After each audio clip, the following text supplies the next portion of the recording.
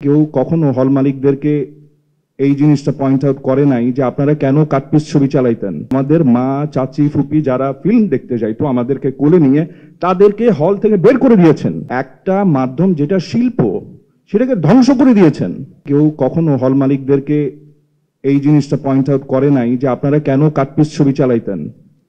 আজকে সিজুকে থ্যাঙ্কস, যে সিজু এই কথাটা বলেছেন। আপনারা একবারও বলেন না, আপনারা কখনো কোথাও এই দোষটা স্বীকারই করলেন না যে আপনারা মিডল ক্লাসকে, আমাদের মা, চাচি, ফুপি যারা ফিল্ম দেখতে যাইতো আমাদেরকে কোলে নিয়ে তাদেরকে হল থেকে বের করে দিয়েছেন।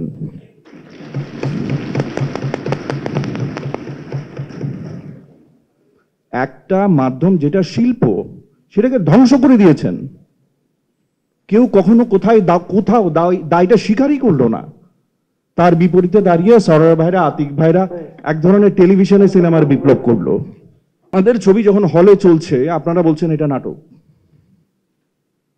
কারণ ওনারা তো টেলিভিশনেই সিনেমা বানিয়েছেন। আমি এই প্রস্তাবের কিছু কিছু ক্ষেত্রে আমার দ্বিমত আছে। এখানে আপনারা বলছে সরকার ছবিতে বিনিয়োগ করবে কিনা। যদি সরকার গ্র্যান্ট দেয়, গ্র্যান্ট আর বিনিয়োগের মধ্যে অনেক পার্থক্য আছে। এখানে না নতুন করে বলার কিছু নেই।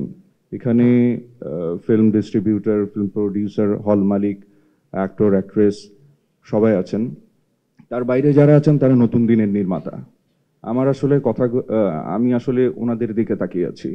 এখানে রোড ম্যাপ, দৃশ্য মাধ্যম, অনেকগুলো আলোচনা যারা দিয়েছেন বা ওরা যারা দিয়েছেন, এগুলো বেশ কয়েক মাস ধরে দেখছি।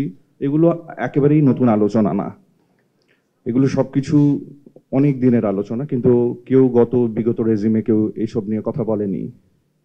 হুট করে সবাই এখনই বলা শুরু করেছেন। আমি কিন্তু কারোর মধ্যে দেখছি না একটা ছবি বানানোর ইচ্ছে। আমরা খালি নীতি, পরিকল্পনা, হ্যান ত্যান এগুলো নিয়ে আছি, আমরা কাউকে ছবি বানাইতে দেখছি না।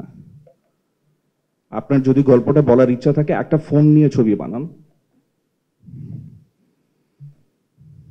আমি অ্যাক্টর, আমি আপনাকে হেল্প করব।